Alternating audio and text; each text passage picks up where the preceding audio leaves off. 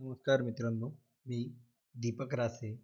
आज आपण thermal power प्लांटमध्ये जो सर्वात महत्त्वाचा पार्ट असतो, जो फ्यूल म्हणून वापरला जातो, ते म्हणजे कोल. मग त्या कोलच्या सॅम्पलिंगबद्दल, त्याच्या ॲनालिसिसबद्दल आणि कोल एक्झॅक्टली कसा कसा थर्मल पॉवर प्लांटमध्ये यूज होतो आणि त्याचं जे एंड आहे तो ॲशमध्ये कसा होतो आणि त्याची मग रिकव्हरी वगैरे कशी केली जाते, या सगळ्या गोष्टीबद्दल आपण आज जाणून घेणार आहोत. तर आपण आपला सेकंड जो टॉपिक आहे, coal sampling analysis in thermal power plants, where we are going to ensure the quality and efficiency of the thermal plants based on it. तर ते आपण आज बघणार आहेत. तर त्याची सुरुवात जर करायची झाली तर त्यामध्ये आपण हे मेजरली 4 टॉपिक्स डिस्कस करणार आहेत. त्याच्यामध्ये इंट्रोडक्शन टू कोल, त्याचं जे युटिलायझेशन आहे ते थर्मल पॉवर प्लांटमध्ये कसं होतं आणि कोलच्या काय काय टाईप्स आहेत, कोल कसा त्याचे मग प्रॉपर्टीज दाखवतो, ह्या सगळ्या गोष्टी आपण तिथे बघणार आहोत. त्यानंतर महत्त्वाचं आहे ते म्हणजे मेथड्स ऑफ कोल सॅम्पलिंग. तर थर्मल पॉवर प्लांटमध्ये कोल सॅम्पलिंगला जे आहे ते खूप जास्त महत्त्व आहे, कारण की त्याच्यावरूनच डिटरमाइन होतं की जी कोलची क्वालिटी आहे ती कशी आहे आणि आपल्या थर्मल पॉवर प्लांटला जी रिक्वायर्ड कोल क्वालिटी आहे ती आपल्याला भेटते का. त्यानंतर कोल ॲनालिसिस जे आहे तो आणखी एक महत्त्वाचा पार्ट आहे त्याच्यामध्ये, की जो कोल आपल्याकडे येतोय त्याच्या जे प्रॉपर्टीज आहेत त्या आपल्याला ज्या कोल कंपनीनी प्रोव्हाइड केल्यात कोल, त्यांनी जे दिल्यात किंवा त्यांनी जे आपल्याला प्रॉमिस केल्यात त्याच क्वालिटीमध्ये तो कोल येतोय का. तर मग त्याच्यामध्ये ॲश, मॉइश्चर, व्होलाटाईल मॅटर, त्यानंतर total moisture, gross calorific value, ह्या सगळ्या गोष्टी ज्या आहेत त्या आपण शिकणार आहेत. आणि शेवटी मग ही जी क्वालिटी आहे ती इन्श्युअर करून त्याचा इफिशियन्सीवर आपल्या ऑपरेशन्समध्ये कसा इम्पॅक्ट होतो, ते जर व्हॅरिएशन आले त्या क्वालिटीत तर आपली इफिशियन्सी किंवा आपल्या जो प्लांटचा परफॉर्मन्स आहे तो कसा खराब होऊ शकतो किंवा चांगला होऊ शकतो, हे सगळं आपण या टॉपिक्समध्ये बघणार आहे. तर इनिशियली आपण याला 2 पार्टमध्ये डिवाईड करू. तर पहिले पार्टमध्ये आपण इंट्रोडक्शन टू कोल आणि त्याचे जे कोल सॅम्पलिंगच्या मेथड्स आहेत त्या व्यवस्थितपणे डिस्कस करू आणि त्यानंतर आपण नेक्स्ट पार्टमध्ये कोल ॲनालिसिस आणि जो चौथा टॉपिक आहे ensuring quality and efficiency in operations, याच्यावर आपण जाऊया. सो जर इंट्रोड्यूस करायचं झालं कोलला, जे त्याचं युटिलायझेशन आहे थर्मल पॉवर प्लांट्समध्ये, तर कोलची एक सायकल असते. म्हणजे कोल आपल्या थर्मल पॉवर प्लांटमध्ये वेगवेगळ्या पद्धतीने येतो. तो रोडनी येतो, तो ट्रेननी येतो. जर तो इम्पोर्टेड म्हणजे बाहेरच्या देशातून मागवलेला कोल असेल तर तो शिपनी पण येतो. मग तो कोल आपल्या प्लांटमध्ये आल्यानंतर त्याचं जे युटिलायझेशन आहे ते कसं कसं आहे ते जर बघायचं गेलं तर कोलची एक सायकल असते. ठीक आहे, त्याला या फिगरमध्ये दिसतंय त्याला आपण कोल सायकल सुद्धा म्हणू शकतो. आणि मग जे इम्पॉर्टन्स आहे कोलचं एनर्जी प्रोडक्शनमध्ये ते कसं आहे ते त्या कोल सायकलमध्ये आपल्याला दिसून येतं. सो स्टार्टिंग फ्रॉम कोल पाईल, जर इथे तुम्ही बघू शकता की जे हे आपल्याकडे स्टॅक केलेला कोळसा आहे. म्हणजे कोळसा स्टॅक करणं म्हणजे काय, की आपल्याकडे जो कोळसा ट्रेनने आला आहे त्याला आपण कुठेतरी एका जागी अशा पाईल्स बनवून जमा करून ठेवतो, तर त्याला कोल स्टॅक करणं म्हणतात. तर हे आपण इथं काय केलं, जमा करून घेतले. मग आता हा जो कोळसा आहे तो काय होणार, मी मागच्या इंट्रोडक्शन लेक्चरमध्ये तुम्हाला दाखवलं होतं की तिथे जे असतात तुम्हाला एक प्लॅटफॉर्म बनवलेला असतो, जे कोळसा आहे तो त्या ट्रॅकवरनं काय होतो, ट्रॅव्हल करून तुमच्या स्टॅकपासनं कोल बंकर्सपर्यंत जातो. कोल बंकर कशासाठी असतात, हे जे आहेत तुमचा आपला जो कोळसा आला आहे त्याची जी साईज आहे ती युनिफॉर्म नसते. मग ती जी साईज आहे त्याला क्रश करून बारीक करणं आणि त्याला अशा साईजमध्ये बनवणं की जी थर्मल पॉवर प्लांटच्या बॉयलरमध्ये गेल्यानंतर फर्नेसमध्ये गेल्यानंतर एकदम इफिशियंटली जो कोळसा आहे तो बर्न होईल, अशा साईजमध्ये त्याला बनवावं लागतं. मग त्याचं 212 मायक्रॉन ही जी साईज आहे ती आपल्याला फायनली अचीव करायची असते.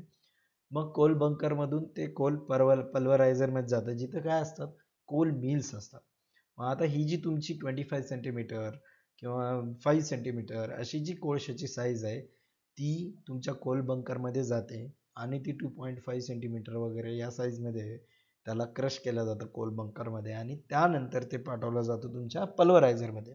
पल्वरायझरमध्ये म्हणजे कुठं? कोल मिलला. मग इथे आल्यानंतर कोल मिल ह्या अशा बॉल मिल असतात. म्हणजे एक मोठं पातेलं इमॅजिन करा, त्याच्यामध्ये मोठा जो बॉल आहे ज्याला हेवी वेट आहे म्हणजे लोखंडी बॉल आहे तो ठेवलेला असतो आणि त्याच्या बाजूने तुमचा कोळसा पडत असतो आणि कंटिन्यू जो कोळसा आहे तो काय होत असतो? बारीक होत असतो. मग ह्या कोल पल्वरायझरमधून जो कोळसा येतो त्याची जी साईज असते ती 212 मायक्रॉनच्या आसपास असते आणि ती जी आहे ती फायर केली जाते तुमच्या फर्नेसमध्ये. मग आता फर्नेसला काय असतं की इकडनं एअर आणि हे जे कोल आहे ते फ्यूल दिलं जातं. इनिशियली फर्नेस जे आहे ते तुमचं ऑइलनी इग्नाईट केलं जातं आणि त्यानंतर मग कॉन्स्टंट जी कोलची फायरिंग त्याच्यामध्ये केली जाते जेव्हा ते व्यवस्थितपणे इग्नाईट होतं. आता हे जे कोळसा आहे तो या फर्नेसमध्ये आला, ठीक आहे, आणि या फर्नेसमध्येच काय तुमच्या बॉयलरच्या ट्यूब्स आहेत. ह्या ट्यूब्स ज्या आहेत त्याला गरम करणं आपलं प्रायमरी काय टार्गेट आहे. मग हा कोळसा आल्यानंतर हा काय होतो? इथे बर्न करायला सुरू होतो आणि हळूहळू तो काय करतो? बर्न होत होत इथं जे आहे एक ऑप्टिमम टेम्परेचर क्रिएट करतो. मग आता हे जे कोळसा आहे तो जर प्रॉपर क्वालिटीचा असेल, त्याची जर JCB व्यवस्थित असेल तर आपल्याला काय होईल इथे व्यवस्थितपणे तोच बर्न होईल आणि आपला जो बॉयलर आहे तोही व्यवस्थितपणे हीट होईल आणि आपल्याला जे आउटपुट भेटायचे ॲज अ स्टीम म्हणून ते प्रॉपर भेटेल. मग आता हा कोळसा इथं जळल्यानंतर काय होणार? त्याच्यामध्ये जे हे अनबर्न्ट आहे किंवा जो पोर्शन त्याचा जळला नाही तो काय होईल इथे स्लॅग डिस्पोजल म्हणजे काय होईल इथे बर्न होऊन खाली पडेल आणि इथे जे अनबर्न्ड कोल आहे ज्याचे ते म्हणजे ॲश जे आहे ती इथे जमा होते.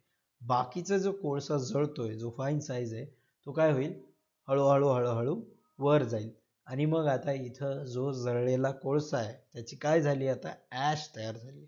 मग ही जी राख तयार झाली आहे ती या पोर्शनमधून आता बाहेर निघण्यासाठी तयार आहे. मग इथं काय होणार? त्या कोळशामध्ये व्होलाटाईल मॅटर जो असतो त्याच्यामध्ये ऑर्गॅनिक मॉइटीज वगैरे असतात. मग त्याच्यामध्ये जे तुमच्या इनऑर्गॅनिक मॉइटीजमध्ये गॅसेसमध्ये NO2 असू शकतो, NO3 असू शकतो. त्यानंतर मग समोर जाऊन आपण बघणार आहे की ज्याच्यामध्ये SO2 पण असतो. मग ते जे आहेत जे नायट्रोजन कंटेंट आहे तिथं बर्न झाल्यावर in the presence of oxygen ते काय करतात? डिफरंट नायट्रोजन बेस्ड ऑक्साईड्स तयार करतात. मग ते जे नायट्रोजन बेस्ड ऑक्साईड्स आहेत ते काय केले जातात? ते रिमूव्ह केले जातात by using the catalyst which is selective catalyst which reduces all this and ते NOx काय करतात? साईडला रिमूव्ह करतात. पण अजूनही इथून जे आहे आता आपली जी बर्न झालेली आहे ती फ्लाय ॲश जी आहे ती इथून निघते. म्हणजे जी बर्न झालेला कोळसा आहे तो आता इथून तो निघणार आहे आणि जो अनबर्न्ट आहे किंवा जो हेवी पार्ट आहे कोळशाचा तो ॲज अ बॉटम ॲश म्हणून ह्या स्लॅग डिस्पोजलमधून इथं तुमचा निघून जाईल. आता ही फ्लाय ॲश काय होणार? समोर जाणार. फ्लाय ॲश म्हणजे कसं की जो कोळसा बर्न झालाय व्हेरी स्मॉल पार्टिकल साईजमध्ये तो सगळा कोळसा आता काय होणार? ॲज अ ॲश म्हणून बाहेर निघणार आणि हे जे पर्टिक्युलेट मॅटर आहे, ठीक आहे, जे सॉलिड फॉर्म आहे आता हा ॲशचा तो ॲज अ फ्लाय ॲश म्हणून ट्रीट केला जातो आणि तो काय केला जातो मग इथे सगळ्या म्हणजे ती जी फ्लाय ॲश आहे ती डायरेक्ट काय केली जाते या बल्करमध्ये जाते आणि ती तुमच्या म्हणजे तिथे बल्कर उभे असतात आणि त्यामध्ये ती डायरेक्ट भरली जाते, ठीक आहे. मग हे जे पर्टिक्युलेट मॅटर आहे हे आता इथून गेलं आणि ते डायरेक्ट रिमूव्हल होतं का त्याचं? नाही. तर इथं काय केलेलं असतात जो कोळसा बर्न होऊन ॲज अ फ्लॅश म्हणून निघतो त्याला इलेक्ट्रोस्टॅटिक प्रेसिपिटेटर लावलेले असतात जे काय करतात ही जेवढी ॲश इथून निघालेली आहे त्याला प्रेसिपिटेट करून ते ॲज अ फ्लॅश म्हणून ते काय करतं इथे बल्करमध्ये टाकतं आणि ती जी फ्लाय ॲश आहे मग ती प्लांटमधून काय होते बाहेर निघले जाते, ज्या बल्करच्या फॉर्ममध्ये म्हणा किंवा तुमचे वेगवेगळे जे कंटेनर असतात त्याच्यामध्ये, आणि ही मग युटिलाइज केली जाते सिमेंट इंडस्ट्रीमध्ये किंवा आणखी बऱ्याच इंडस्ट्रीमध्ये. मग इथे सगळ्यात महत्त्वाचा पार्ट काय आहे, जेव्हा तुमचा कोळसा बर्न होतो तो जेव्हा इथून बॉयलर म्हणजे फर्नेसमधून बाहेर निघतो, तो इलेक्ट्रोस्टॅटिक प्रेसिपिटेटरनी प्रेसिपिटेट करून ॲज अ फ्लाय ॲश म्हणून तुम्हाला काय केला जातो, तो एका जागी जमा करून दिला जातो. मग आता जे उरलेला पोर्शन आहे याच्यामध्ये SO2 CO2 हे सगळे जे आहेत ते बऱ्याच गोष्टी असतात. मग ते या SO2 रिमूव्हल स्क्रबरमधून जातात आणि जेवढा मॅक्सिमम SO2 त्याला तिथे रिमूव्ह करता येतो तो रिमूव्ह केला जातो, आणि शेवटी मग जे गॅसेस आहेत ते जे आहेत मॅक्सिमम गॅसेसच इथे उरलेले असतात, जसे कार्बन मोनॉक्साईड असेल, CO2 असेल, थोडाफार अमाऊंट ऑफ SO2 असेल, हे जे आहेत सगळे चिमनी थ्रू आपण बाहेर सोडतो.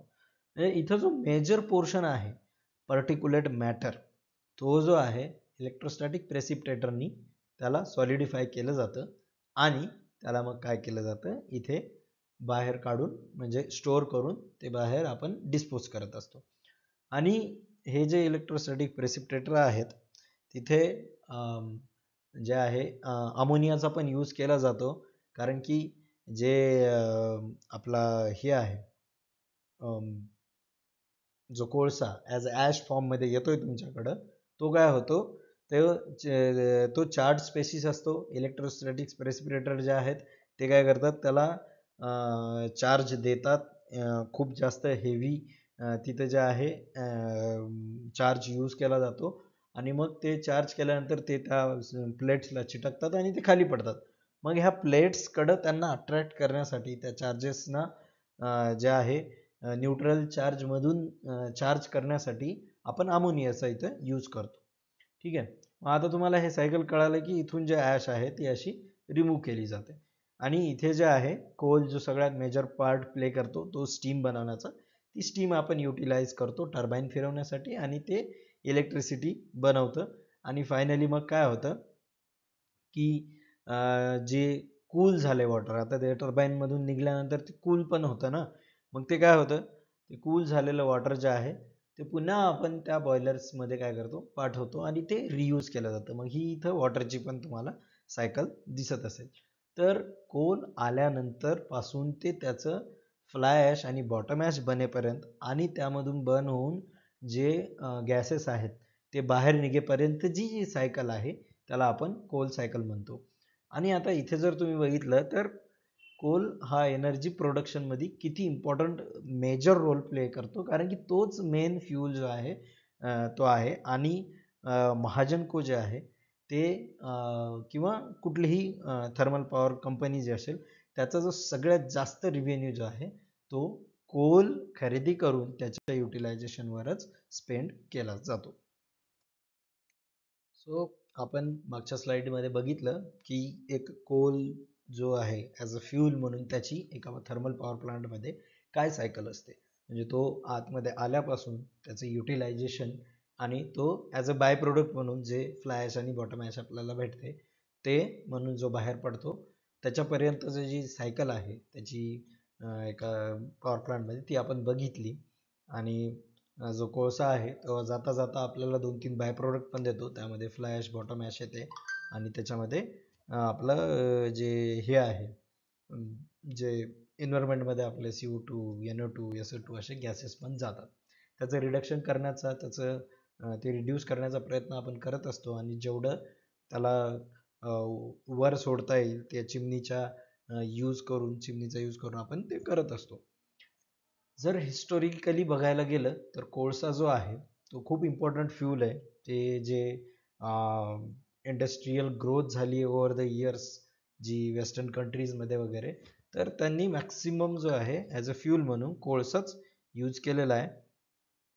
आजच्या कंटेक्स्टमध्ये बघायला गेलं तर एवढे रिन्युएबल जे एनर्जीचे सोर्सेस आलेत ते आल्यानंतर सुद्धा आपण बघू शकतो की कोळसा हा 37% ऑफ वर्ल्ड्स एनर्जी जी आहे त्याची जी रिक्वायरमेंट आहे ती आज सुद्धा कोळशानीच काय केली जाते, कंप्लीट केली जाते. याचं रिझन मी मागच्या स्लाईडमध्ये पण सांगितलं होतं, मागच्या टॉपिकमध्ये जो introduction to working of a thermal power plant आहे त्याच्यामध्ये सांगितलं होतं की कोळसा आणि पाणी यूज करून आपण कुठल्याही सीझनमध्ये आपल्याला जेवढी पाहिजे तेवढी जी इलेक्ट्रिसिटी आहे ती प्रोड्यूस करू शकतो. म्हणून काय याचं जे इम्पॉर्टन्स आहे ते खूप जास्त आहे हिस्टॉरिकली आणि in current scenario also. So हे जे आहे कोळशाचं इम्पॉर्टन्स जे आहे आपल्या एनर्जी प्रोडक्शनमध्ये आपण इथे शिकतो. यानंतर काय की थर्मल पॉवर प्लांटमध्ये जे कोळसा आहे त्याचं कसं इम्पॉर्टन्स आहे ते तर मागच्या स्लाइडमध्ये दिले, थोडंसं डिटेलमध्ये इथे की कुठलाही थर्मल पॉवर प्लांट जो आहे त्याला जी हीट प्रोड्यूस करायची आहे ती कोळसा ॲज अ फ्यूल म्हणून मेजरली यूज केलं जातं, ज्याच्यामध्ये आजकाल गॅसेस पण म्हणजे यूज होतात. पण कोल जो आहे कोल बेस जे आहेत ते मेजर आहेत, कारण की त्याचं जे आपल्याकडे सोर्सेस आहेत ते भरपूर आहेत. तर एक thermal power plant heat energy जी आहे ती स्टीममध्ये कन्वर्ट करतो, ती स्टीम एनर्जी मेकॅनिकलमध्ये कन्वर्ट होते आणि तीच मेकॅनिकल एनर्जी इलेक्ट्रिकल एनर्जीमध्ये कन्वर्ट होते. हे आपण मागच्या याच्यामध्ये शिकलो. आता फ्यूल क्वालिटीचं काय इम्पॉर्टन्स आहे त्याचं जर बघायला गेलं तर प्रत्येक पॉवर प्लांट हा जो आहे तो एका म्हणजे त्याला जर प्रॉपर कोळसा भेटला ज्याची कॅलोरिफिक व्हॅल्यू व्यवस्थित आहे, तो व्यवस्थित बर्न होतोय, त्याची डेन्सिटी वगैरे व्यवस्थित आहे, तर त्यांनी काय होईल त्या जी प्लांटची इफिशियन्सी आहे जी बाकीच्या गोष्टींमुळे कमी होत असेल, एखाद्या ऑक्झिलरीमध्येच वगैरे काही गडबड असेल किंवा तुमची बॉयलरची इफिशियन्सी कमी होत असेल, या गोष्टीमुळे जर कमी होत, जर कोल प्रॉपर भेटला तुम्हाला, फ्यूल प्रॉपर भेटला तर ती रिकवर होऊ शकते आणि बेस्ट जे आहे त्याचं जे आउटपुट आहे आपल्याला भेटू शकतं. याच जागी जर कोळसा तुमचा ऑप्टिमम क्वालिटीचा नाही आला तर काय होणार, हा जो ग्राफ आहे तुम्हाला उलटा दिसेल की जे प्रोडक्शन आहे ते जे आपण त्या थर्मल पॉवर प्लांटला डिझाईन केलं ते भेटणार नाही. ते आपण थोडंसं डिटेलमध्ये पुढे बघूयात. त्या अगोदर आपण काय करू की आपल्याला जो कोल आहे म्हणजे आपल्यापर्यंत येतो तो कोणता आहे आणि त्याच्या वेगवेगळ्या टाईप्स पण काय आहेत ते आपल्याला बघायचं. तर याच्यामध्ये बघा पीठ एक त्याला आपण टाईप ऑफ कोल म्हणत नाही, पण ते त्या याच्यामध्येच येतं की एक फ्यूल जे आपण बर्न करून यूज करू शकतो. तर त्याच्यामध्ये काय असतं, आता याचे जे टाईप्स पडलेले आहेत ते त्याच्या बर्निंग क्वालिटीवर पडलेले आहेत की तो किती हीट रिलीज करतो जळाल्यानंतर, म्हणजेच त्याची जी कॅलोरिफिक व्हॅल्यू आहे, किती कॅलरी आपल्याला एनर्जी देतो त्याच्यावर हे डिपेंड आहे. ठीक आहे, याचे जे टाईप्स आहेत त्याच्यामध्ये पीठ, लिग्नाइट, बिट्युमिनस आणि अँथ्रासाइट हे मेजर टाईप आहेत. याच्यामध्ये पण थोड्या सब टाईप्स आहेत जे तुम्ही डिटेलमध्ये बघू शकता, पण ह्या मेजर आहेत ज्याबद्दल आपल्याला डिस्कस केलं पाहिजे. आणि त्याच्यामध्ये जो बिट्युमिनस आहे तो मोस्टली जो आहे काय आपल्या थर्मल पॉवर प्लांट्समध्ये यूज केला जातो इंडियामध्ये. तर पीठ याच्यामध्ये काय जे कार्बन कंटेंट असतं ते 40 ते 55% असतं. ठीक आहे, आणि मेजरली जो पोर्शन बर्न होणार आहे तुमचा या थर्मल पॉवर प्लांट ते म्हणजे कार्बन हा पोर्शनच बर्न होत असतो. ठीक आहे, तर 40 ते 55% मध्ये मोस्टली हे अराउंड 40%च्या आसपासच फिरत असतं, त्यापेक्षा जास्त येत नाही, पण कधी कधी व्हॅरी करतं. तर जे मॉइश्चर असतं ते 30 ते 40% असतं, म्हणजे खूप जास्त मॉइश्चर जे आहे त्या पीठमध्ये असतं आणि त्याची जी कॅलोरिफिक व्हॅल्यू आहे 2,500 ते 3,000 किलो कॅल पर के जी या रेंजमध्ये असते. तर हे जे आहेत ते स्मॉल स्केल इलेक्ट्रिसिटी जनरेशनला जे आहे पीठ हे यूज केलं जाऊ शकतं आणि त्याचा जो वापर आहे तो स्मॉल स्केल इंडस्ट्रीजमध्ये जसं जिथे एखादी शुगर इंडस्ट्री वगैरे आहे त्याच्या जागी त्याचा वापर होऊ शकतो. लिग्नाइट जे आहे त्याच्यामध्ये कसं आहे, जे कार्बन कंटेंट आहे आता ते 40 ते 55% आहे, पण ते मोर ऑफ द 55% साईडला असतं आणि त्याची जे मॉइश्चर असतं ते 30 to 40% या रेंजमध्येच असतं. पण जी कॅलोरिफिक व्हॅल्यू आहे लिग्नाइटची ती थोडीशी हाय येते, 3,500 ते 4,000 या रेंजमध्ये आपल्याला भेटते आणि त्याचा जो प्रायमरी यूज आहे तो पॉवर जनरेशनमध्येच होऊ शकतो. त्यानंतर आहे बिट्युमिनस. ह्याच्यामध्ये जो कार्बन कंटेंट आहे तो व्हॅरी होऊ शकतो 40 to 80%. ठीक आहे. आणि त्याचं जे मॉइश्चर आहे ते मग आता 10 to 20% या रेंजमध्येच आपल्याला काय करतं भेटतं. यापेक्षाही कमीच रेंज असते त्याची ॲक्च्युली. आणि त्याचं जे हे ॲश पर्सेंटही जे आहे ते कमी रेंजमध्ये असतं. आणि जी कॅलरीफिक व्हॅल्यू आहे ती 5 ते 7,500 या रेंजमध्ये असते. आता हे जे आहेत ते जर तुम्ही बघितलं तर बेटर अँड बेटर होत गेलाय कोळसा, जे टाईप्स आहेत त्याच्यामध्ये. आता याच्यामध्ये काय असतं बघा, जसं जसं तुम्ही पीठकडून बिटिमिनसकडून अँथ्रासाईटकडे वळताय तसं तसं त्याची जी कॅलोरिफिक व्हॅल्यू आहे ती वाढते आणि त्याच्यामध्ये कार्बन कंटेंट सुद्धा वाढतोय. आणि इथे एक गोष्ट कमी होते ती म्हणजे काय, तुमचं मॉइश्चर. म्हणजे जसं जसं तुम्ही जे कोळचं कार्बन कंटेंट जास्त करता तशी तशी त्याची कॅलोरिफिक व्हॅल्यू वाढते आणि ते काय होतं आपल्याला जास्त युजफुल असतं.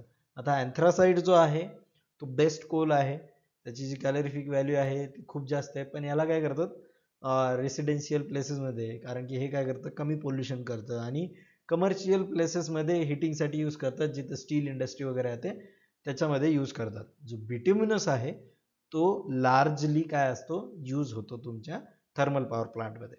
तर मग आपल्याला इथं बघायचं की पीठकडून अँथ्रासाईटकडे तुम्ही जेव्हा जाता तेव्हा त्याचं फिक्स कार्बन कॅलरीफिक व्हॅल्यू आणि जे कार्बन पर्सेंटेज आहे ते काय होतं इन्क्रीज होतं.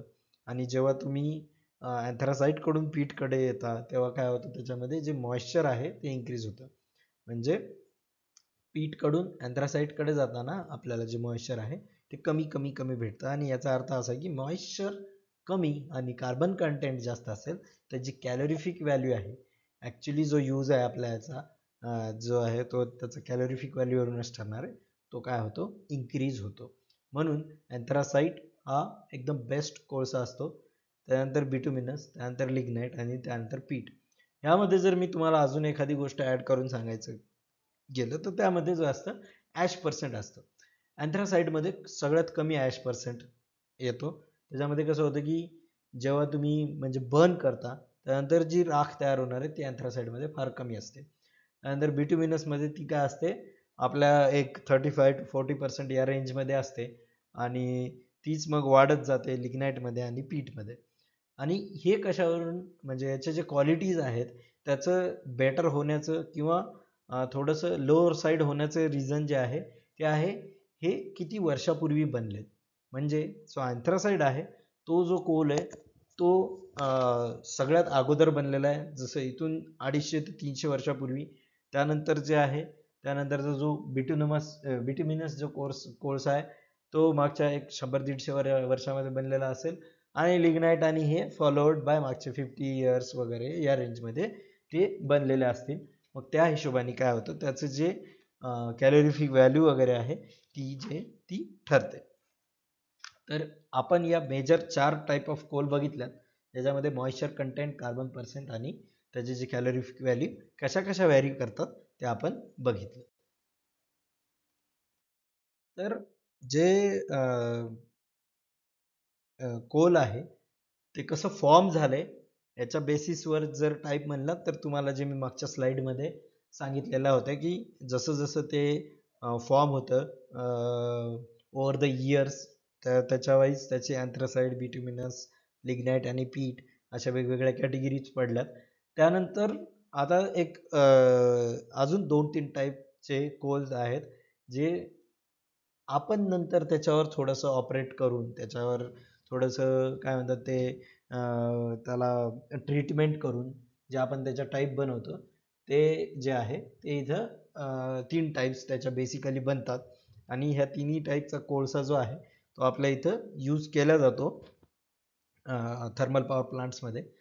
तर ह्याच्यामध्ये ज्या मेजर टाईप्स म्हणजे ते 3 टाईप्स आहेत त्या आहेत रॉ कोल, वॉश कोल आणि इम्पोर्टेड कोल. तर रॉ कोल कसं असतं, जो तुमचा कोळसा जसं बिटुमिनस आहे तुमच्या माइनवरून निघालाय आणि तो सरळ सरळ माझ्या पॉवर प्लांटमध्ये आला त्याला आपण रॉ कोल असं म्हणतो. मग ह्याच्यामध्ये काय असतं, कोल माइनमधून निघाल्यानंतर जो कोळसा माझ्याकडं सरळ सरळ पोहोचलाय त्याला मध्ये काही ट्रीटमेंट नाही, काही केलेलं नाही, असा जो कोळसा आहे तो रॉ कोल आहे माझ्यासाठी. मग हे काय त्याच्यामध्ये हाय मिनरल मॅटर असतात, म्हणजे जे मिनरल कंटेंट आहे त्याच्यामध्ये मग काय असतं ते ॲश पर्सेंट पण जास्त येईल, त्याच्यामध्ये सॉईल वगैरे असू शकते, त्याचे जे वेगवेगळ्या प्रकारचे जे दगड वगैरे हे असू शकतात रॉ कोलमध्ये, आणि तो डायरेक्ट काय होतो, most of the thermal power प्लांट्सला रॉ कोलच डायरेक्ट यूज केला जातो. मग त्याचं जे ॲश कंटेंट आहे तेही खूप जास्त असू शकतं, ते व्हॅरी करतं 35% पासून ते 55% या रेंजमध्ये, आणि एवढं जास्त ॲश कंटेंट असल्यामुळे त्याचं जे सी व्ही आहे ती फार कमी येते आपल्याला. मग आता हा जो रॉ कोल आहे याला जर तुम्ही घेऊन ट्रीट केलं, ठीक आहे, त्याच्यामध्ये ट्रीट करताना काय करतात, या कोलला वॉश केलं जातं. तर ह्याच्यासाठी वेगवेगळ्या वॉशरी असतात, त्याच्यामध्ये हा कोळसा वॉशरीमध्ये आणला जातो, त्याला वॉश केलं जातं बाय युझिंग फ्लोटेशन मेथड. तो जो कोळसा आहे तो वॉश करून त्याच्यामध्ये जे लो डेन्सिटी म्हणजे हाय डेन्सिटीवाल्या जे इम्प्युरिटीज आहेत, जसं मड असू शकते, सॉईल असू शकते, दगड असू शकतात, ते काय केले जातात, खाली सेटल केले जातात, आणि जे हे असतं आपलं कोळसा असतो ज्याची डेन्सिटी कमी असते तो फ्लोट करून जो वरचा कोळसा आहे तो बाजूला काढला जातो. मग ह्याच्यामध्ये काय होतं, हे जे मिनरल्स आहेत, हे जे इम्प्युरिटीज आहेत, त्या सगळ्या काय केल्यात आपण, त्या वॉश करून घेतल्यामुळं त्याचं जे मिनरल कंटेंट आहे ते कमी होतं रॉ कोलपेक्षा, आणि जे ॲश कंटेंट सुद्धा आहे ते काय होतं, रिड्यूस होतं, आणि ते 22 ते 28% या रेंजमध्ये येतं. आणि मग आता हे ॲश पर्सेंट कमी झालं, जे एक्स्ट्राचे मिनरल्स आहेत ते सुद्धा कमी झाले, त्यामुळे त्याची जी सी व्ही आहे ती काय भेटते आपल्याला, एक मॉडरेट रेंजमध्ये सी व्ही भेटते. मग ह्या दोन्हीपेक्षाही मग नंतर पुढं काय असतो, इम्पोर्टेड कोल असतो. तर आता इम्पोर्टेड कोल म्हणजे काय, तर हा कोळसा बाहेरून आपल्या इथं मागवला जातो, ज्याची एकदम हाय सी व्ही असते, त्याचे पॅरामीटर हे परफेक्टली त्यांनी दिलेले असतात की एवढंच ॲश कंटेंट तुम्हाला भेटणार त्याच्यात, आणि त्याच्यामध्ये जे मॉइश्चर आहे, त्याची जी कॅलरीफिक व्हॅल्यू आहे ती त्यांनी डिफाईन करून दिलेली असते, आणि ती खूप हाय असते, आणि ती जी आहे आपल्याला भेटत असते. मग हा जो कोळसा आहे तो काय केलेला असतो, तो बाहेर व्यवस्थित प्रॉपरली ट्रीट करून त्याच्या बॅचेस बनवलेल्या असतात, आणि त्या जे बॅचेस आहेत ते आपल्याला आपल्यापर्यंत पुरवलेले असतात. मग या तिन्हीमध्ये जर तुम्हाला असं कोणी प्रश्न विचारला की सगळ्यात जी कोलची प्राईस असेल ती कोणाची जास्त असेल आणि कोणाची कमी असेल, तर ऑब्व्हियसली जो इम्पोर्टेड कोल आहे तो आपल्याला सगळ्यात जास्त महाग पडतो. त्यानंतर जो वॉश कोल आहे ज्याच्यामध्ये आपण ट्रीटमेंट वगैरे करतो ते चार्जेस ॲड होतात, म्हणून तो आपल्याला त्याच्यापेक्षा थोडासा कमी महाग पडतो, आणि सगळ्यात स्वस्त म्हणजे आपल्याला मग रॉ कोल पडतो. आणि जो रॉ कोल आहे तो आजकाल majorly most of the thermal power प्लांट्समध्येच आपल्या इथे यूज केला जातो. काही जे चंद्रपूर किंवा कोराडी असे जे थर्मल पॉवर प्लांट्स आहेत महाजनकोच्या अंडर, त्याच्यामध्ये हा वॉश कोल यूज केला जातो, आणि इम्पोर्टेड कोल सुद्धा यूज केला जातो.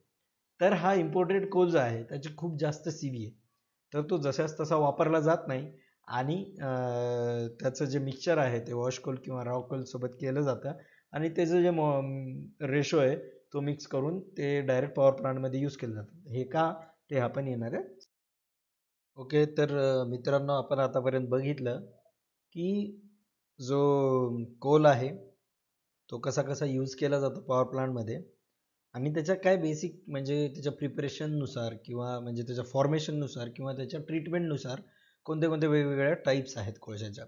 आता ह्यातला कुठलाही कोळसा आपल्याकडे आला तर आपल्याला त्याला काय करावं लागतं, त्याची सॅम्पलिंग करावं लागते.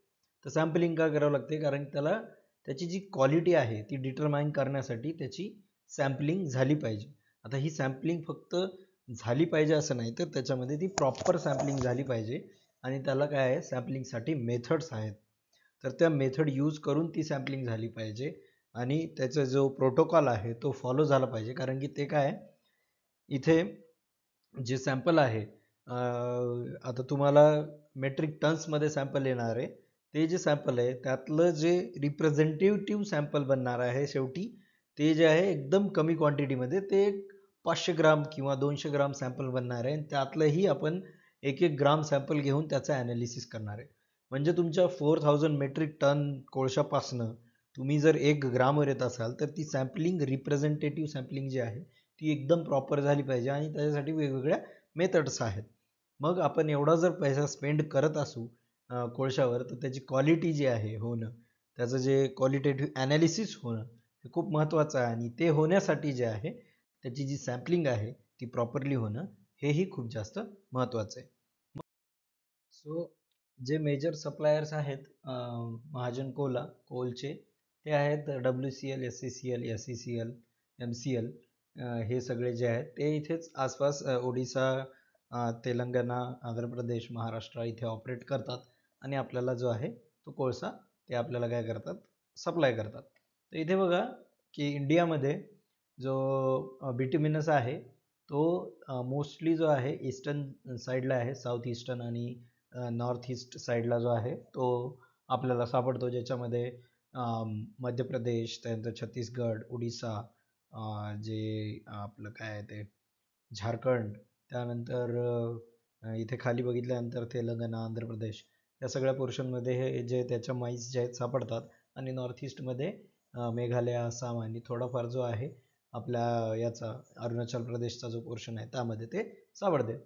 त्यानंतर जे लिग्नाईट आहे ते त्याच्या जे कोल माइन्स आहेत ते तमिळनाडू, त्यानंतर इकडे गुजरात, थोडाफार पोर्शन जो आहे राजस्थानचा, आणि त्यानंतर जम्मू काश्मीरमध्ये. आणि अँथ्रासाईटच्या जे कोल माइन्स आहेत ते फक्त आपल्याला काय करतात, जम्मू अँड काश्मीरमध्येच दिसतात. तर आता हा जो कोल आपल्याला काय करत यांनी दिलेला असतो, वेस्टर्न कोलफील्ड लिमिटेड असो, SCCL असो, MCL असो, तर हे काय करतात, ह्याच्यासोबत आपण एक फ्यूल सप्लाय ॲग्रीमेंट बनवतो, ज्याच्यामध्ये मग ते काय करतात, त्यांच्या जे माईनमध्ये जो कोळसा आहे त्याचं जे ग्रेड आहे, जसं इथं ग्रेड मेन्शन केलेले आहेत, ते ग्रेड त्याच्या कॅलरिफिक व्हॅल्यूच्या हिशोबाने काय करतात, डिक्लेअर ग्रेड करतात. जसं आता आपण G12 पकडूयात, की सपोज WCL किंवा आपल्याला SCCL म्हणत असेल, SCCL की 3700 to 4000 या रेंजमधला जो GCV आहे त्या क्वालिटीचा जो कोळसा आहे आम्ही तुम्हाला देऊ. म्हणजे काय की आम्ही तुम्हाला काय करू, एक G12 जे ग्रेड आहे त्याचा कोळसा देऊ. मग हा G12 जो ग्रेड आहे कोळसा तिथून निघाल्यानंतर आपल्यापर्यंत त्याच क्वालिटीचा कोळसा येतो का, ह्याचा ॲनालिसिस आपल्याला करावं लागणार आहे. मग याचा ॲनालिसिस करण्यासाठी हे जो एवढा एकदाच बल्कमध्ये कोळसा आपल्याकडे येणार आहे ट्रेननी किंवा बाय रोड जसं ट्रक्समध्ये येतो, त्यांनी जर आला तर मग त्याचं जे आहे ॲनालिसिस करण्यासाठी त्याचं प्रॉपर सॅम्पलिंग हे झालं पाहिजे. मग ते जे प्रॉपर सॅम्पलिंग आहे ते ह्याच गोष्टीमुळे खूप महत्त्वाचं ठरतं, की जो कोल आपल्याकडं त्यांनी पाठवला आहे तोच आपल्याला रिसीव केला आहे का, हे बघण्याचं जे काम आहे ते आपण कोल सॅम्पलिंग आणि ॲनालिसिस करून करतो. मग जे काय म्हणतात ते त्यांनी जे डिक्लेअर केलं आहे त्या ग्रेडचा जर कोळसा नाही आला तर याचा अर्थ काय होतो, की जे आपल्याला फ्युल सेल ॲग्रीमेंटमध्ये आपल्याला ठरवलं गेलं आहे, म्हणजे त्याचा जो डिक्लेअर ग्रेड सांगितलेला आहे तो भेटत नाही आहे, म्हणजे त्यामध्ये आपले लॉस होण्याचे जे चान्सेस आहेत ते वाढतात. म्हणून मग हे जे डिटर्मिनेशन आहे सॅम्पलिंग, ॲनालिसिस आणि मग ते सगळं कोळसा एक्झॅक्टली तोच क्वालिटीचा आला का हे बघणं फार इम्पॉर्टंट ठरतं. मग आता काय की कोल सॅम्पलिंग का करायचं हे मी मागच्या प्रत्येक स्लाईडमध्येच ऑलमोस्ट तुम्हाला सांगत आलो आहे, की जे कन्सिस्टन्सी आहे फ्यूल क्वालिटीमध्ये ती असली पाहिजे. म्हणजे जो आपल्याला कोळसा आला आहे तो आपल्याला त्यांनी जे सांगितलं आहे त्याच ग्रेड्समध्ये आपल्याकडे येतो आहे का, कारण की त्याचं काय होतं, ते जर त्याच ग्रेडमध्ये येत नसेल तर आपल्याला अमाऊंट ऑफ कोल जे आहे ते खूप जास्त लागणार आहे. सपोज आपल्याला जर SCCLनी सांगितलं की 3500 CVचा मी कोळसा तुम्हाला देतोय, ठीक आहे, G12 G13 ग्रेडचा, पण तो येतो आहे आपल्याला 2800 किंवा 3000 या रेंजमध्ये, तर आपल्याला कोळसा जो आहे तो काय होणार आहे, प्लांटमध्ये जास्त लागणार आहे. मग जर तो प्लांटमध्ये जास्त कोळसा लागला तर याचा अर्थ काय, त्याचे जास्त ॲश तयार होईल, त्याचं जास्त काय म्हणतात ते बाय प्रोडक्ट्स बाहेर निघतील, जसे CO2, SO2. आणि मग हे काय करतात, हे तुमचं फक्त जे प्लांटचा परफॉर्मन्सच नाही तर इन्व्हायरमेंटचे जे पॅरामीटर्स दिलेले आहेत त्यावरही काय करतं, इम्पॅक्ट पाडतं. आणि ह्याच्याहून अजून जो टेक्निकल जो पोर्शन आहे तो जर बघायला गेला तर ऑप्टिमायझेशन ऑफ कंबशन इफिशियन्सी. आता काय असतं बघा, प्रत्येक प्लांट जो आहे हा जो डेटा आहे तो खूप इम्पॉर्टंट आहे. तो प्रत्येक जो प्लांट आहे तो एका दिवसामध्ये अराऊंड किती कोळसा त्याला युटिलाइज करायला लागतो आणि त्या प्लांटची जी इफिशियन्सी आहे ती सगळ्यात जास्त कोणत्या जो GCVचा कोणत्या कॅलरिफिक व्हॅल्यूचा कोळसा त्याच्यात टाकल्यानंतर भेटते ते इथं मी थोडंसं मेन्शन केलं आहे. जर आपण 210 मेगावॅट जे जुने प्लांट आहेत ते बघितले तर त्यावेळी जेव्हा ते इनिशियली झाले होते तेव्हा काय व्हायचं की जो कोळसा यायचा 44 किलो कॅलरी पर KG च्या हिशोबाने तो चांगल्या क्वालिटीचा कोळसा यायचा आणि त्या कोळशाच्या क्वालिटीवर बेस जे प्लांट बनला त्याच्यामध्ये असं होतं की 4400 किलो कॅल पर KG वाला जर या CVचा जर कोळसा त्यामध्ये टाकला तर तो प्लांट काय होतो मस्त एकदम प्रॉपर इफिशियन्सी देतो आणि त्याला एका दिवसामध्ये अराउंड 4000 मेट्रिक टन एवढा कोळसा लागतो.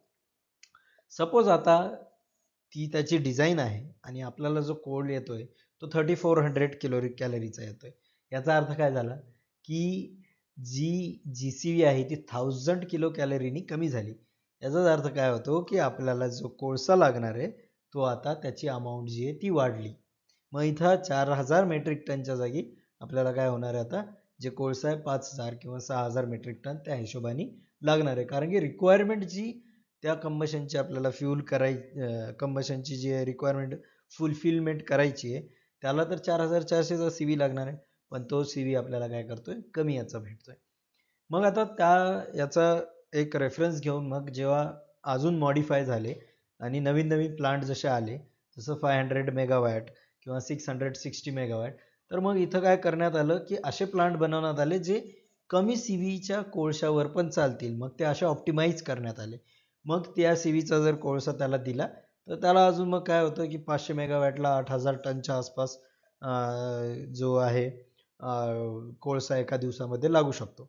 मग आता हा कमी CVचा कोळसा ऑप्टिमाइज का करावा लागला आपल्याला कारण की आपल्याकडे तेवढ्या बेटर क्वालिटीचा जो कोळसा आहे आता तो भेटायला म्हणजे भेटणं कमी झालंय. ते अमाऊंट जे आहे त्याची कमी झाली आहे आणि मग आपल्याला असे CV भेटतात ज्याचे कोळसा भेटतो ज्याची जी CV रेंज आहेत ते 32 टू 3500 टू 3800 अशा रेंजमध्ये असतात. मग 500 मेगावॅटचे जे प्लांट बनले 3400चा जर ज्या किलो कॅलरीचा जर कोळसा तुम्ही तुमच्या फर्नेसमध्ये टाकला तर त्याची इफिशियन्सी जी आहे ती प्रॉपर भेटते या हिशोबाने ते डिझाईन करण्यात आले. मग त्याची ही क्वांटिटी लागते. मग यातही असं होतं की जर तुम्हाला थोडासा खराब कोळसा भेटला तर मग काय होतं ती जे तुम्हाला क्वांटिटी जी आहे कोलची जास्त लागणार आहे. त्यानंतर 660 मेगावॅटचे जे प्लांट आले त्यामध्ये ते मग असे डिझाईन करण्यात आले की 3200 किलो कॅलरी पर KG एवढी जरी त्याची कॅलरिफिक व्हॅल्यू असेल तरी ते जे त्याची कंबशन इफिशियन्सी आहे जी ती प्रॉपर राहणार. मग त्या केसमध्ये त्याला जो 9500च्या आसपास जे तुम्हाला काय होणार कोल मेट्रिक टनच्या आसपास जो कोल आहे पर डे लागणार. मग हे जे आहेत ह्या GCV ते डिझाईन्ड GCV आहेत. त्या जर त्यांना प्रॉपरली भेटत गेल्या तर ते काय होतं कंबशनची जी इफिशियन्सी आहे ती वाढत जाते आणि ते प्रॉपरली जे हे तुमचं जे कंबशन प्रॉपर होतं आणि जी ओव्हरऑल प्लांट इफिशियन्सी ती आपल्याला काय करते एक प्रॉपर एनर्जी आउटपुटला म्हणजे एनर्जी आउटपुट आपल्याला देते in the form of electricity. आता इथे एक दुसरी गोष्ट येते की जर आपण म्हणजे असं जर असेल तर आपण डायरेक्ट इम्पोर्टेड कोल का किंवा वॉश कोल का नाही वापरू शकत. तर इथं काय होतं तुम्ही इम्पोर्टेड कोल आणला त्याची जर 5000 CV असेल आणि त्या CVचा जर तुम्ही कोल याच्यामध्ये टाकला तर मग ती आपली रिक्वायरमेंट नाही आहे. आपली रिक्वायरमेंट काय आता जी प्लांट डिझाईन झालेत की 3200 किलो कॅलरी पर KGचा जर मला हे जे GCVचा जर कोर भेटला ओव्हरऑल तर माझं जे फर्नेसची इफिशियन्सी आहे ती जी बेस्ट राहते. मग ती करण्यासाठी काय करतो जर आपल्याला रॉ कोल याच्यापेक्षा कमी क्वालिटीचा भेट असेल तर आपण इम्पोर्ट कोल त्याच्यामध्ये एका क्वांटिटीमध्ये मिक्स करतो. मग त्याला एक फिक्स रेशो असतो जसं 90:10 हा रेशो युजली त्याचा यूज केला जातो. त्यापेक्षा जास्त किंवा एक 20% पर्यंतचा रेशो त्याच्यापेक्षा जास्त आपण इम्पोर्ट कोल काय करू शकतो आपण थर्मल पॉवर प्लांटमध्ये यूज करू नाही शकत आणि त्या इम्पोर्टेड कोलला रॉ कोलमध्ये ॲड करूनच मग काय होतं आपण ते त्याच्यामध्ये वापरू शकतो. म्हणून combination of raw coal plus imported coal हे त्याच्यामध्ये यूज केलं जातं आणि जे फायनली तो कोळसा तिथं तसा वापरला जातो. म्हणून जशी डिझाईन आहे त्या क्वालिटीचा कोळसा आपल्याला भेटतोय की नाही हे आपल्याला कधी कळणार आपल्याला ते कळणार सॅम्पलिंग आणि ॲनालिसिस केल्यावर. आणि त्याचे इम्पॅक्ट काय होतात की सरळ सरळ तुमचे जे बॉयलरची इफिशियन्सी आहे, फर्नेसची इफिशियन्सी आहे, हे काय होते, हॅम्पर होते जर आपल्याला प्रॉपर कोळसा भेटला नाही तर. तर आपण आतापर्यंत बघितलं की सॅम्पलिंग काय इम्पॉर्टंट आहे. आणि मग इथून आता पुढं आपण बघणार आहे की सॅम्पलिंगच्या वेगवेगळ्या काय मेथड्स आहेत. त्यामध्ये सगळ्यात पहिले येते मॅन्युअल सॅम्पलिंग. याचा अर्थ म्हणजे याच्यात काय होतं की जो आपला रॅक आलाय त्याचे जे बॉक्स असतात, डबे असतात, त्याला वॅगन असं आपण म्हणतो. त्या वॅगनवर आपला माणूस मॅन्युअली चढणार आणि फिजिकली जे काय करणार की तिथलं जे प्रत्येक वॅगनमधून जे काय वॅगन ठरले त्याच्यामधनं सॅम्पल जे आहे ते आपल्या शॉलच्या यानी मदतीनं कलेक्ट करणार. ठीक आहे. तर हे म्हणजे हे कुठं जास्त महत्त्वाचं किंवा जास्त युजफुल असतं, जिथं तुम्हाला नंबर ऑफ सॅम्पल्स कमी कलेक्ट करायचे आहेत तशा जागी. कारण की कसं आहे, वेळ खूप जास्त लागतो याच्यामध्ये. आणि याच्यामध्ये सगळ्यात महत्त्वाचा पॉईंट हा आहे की इथे जे मॅन्युअली सॅम्पलिंग आहे त्याच्यामध्ये ह्युमन एरर होण्याचे फार जास्त का चान्सेस आहेत, कारण की ते कन्सिस्टंट नाही राहणार की एखाद जागचा माणूस जो सॅम्पल अमाऊंट आहे ते 5 kg घेऊ शकतो, कुठं कमी घेऊ शकतो, कुठं ते फक्त सॅम्पलच्या वरच्या लेअरचंच सॅम्पल आलेलं असू शकतं. त्या केसेसमध्ये असं असू शकतं की वरवर चांगलं सॅम्पल आहे आणि खाली सॅम्पलची क्वालिटी जर खराब असेल तर आपण मग ती जे हे आहे सॅम्पल आहे ते प्रॉपर घेतलं जाणार नाही. त्यानंतर दुसरी जी मेथड आहे ती आहे मेकॅनिकल सॅम्पलिंग, ज्याच्यामध्ये काय केलं जातं, इथं जर तुम्ही बघत असाल तर हे अशी ऑगर मशीन यूज केली जाते. ऑगर मशीन म्हणजे काय, मग ही जी आहे मशीन ही म्हणजे याला ऑपरेटर असतो आणि ती ऑटोमॅटिक ऑपरेट होत असते.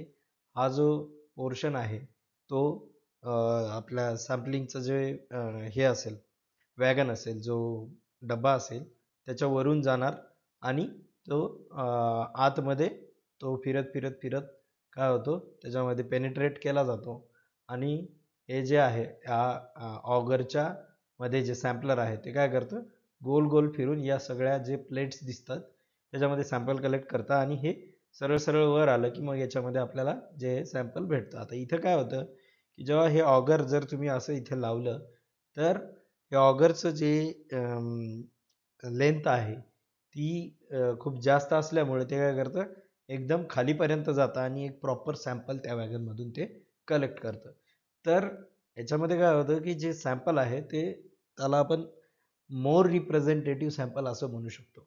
कारण कसं आहे बघा, आपण मागच्या स्लाइडमध्ये बघितले की आपल्याला एका दिवसामध्ये जर 4,000 मेट्रिक टन कोळसा लागणार असेल तर या 4,000 मेट्रिक टनला आपण काय करतो, वेगवेगळ्या डब्यांमधून थोडं थोडं थोडं थोडं असं सॅम्पल कलेक्ट करून अराउंड 70-75 kg पर वॅगन प्रत्येक डब्यामधून ते एक 600 kg पर्यंत करतो. आणि त्याला म्हणजे कमी करत करत करत करत आपण एक 1.5 kg पर सॅम्पल और 2 kg पर सॅम्पलच्या सॅम्पलपर्यंत पोहोचतो आणि त्यामधलंही आपण 1-1 ग्राम सॅम्पल घेऊन ॲनालिसिस करत असतो. तर मग हे सॅम्पल जे आहे तो जो 1 ग्राम आहे हे सगळ्या कोलला, जेवढा 4,000 मेट्रिक टन कोल आला त्याला रिप्रेझेंट करतं. तर ती सॅम्पलिंग मग प्रॉपर झाली पाहिजे आणि ते रिप्रेझेंटेटिव्ह सॅम्पल जे आहे ते ॲक्युरेट असलं पाहिजे. म्हणून ही जी ऑटोमॅटिक किंवा मेकॅनिकल सॅम्पलिंगवाली जी मेथड आहे ऑगर मशीनवाली, ती खूप जास्त महत्त्वाची ठरते आणि ती खूप जास्त युजफुल सुद्धा आहे.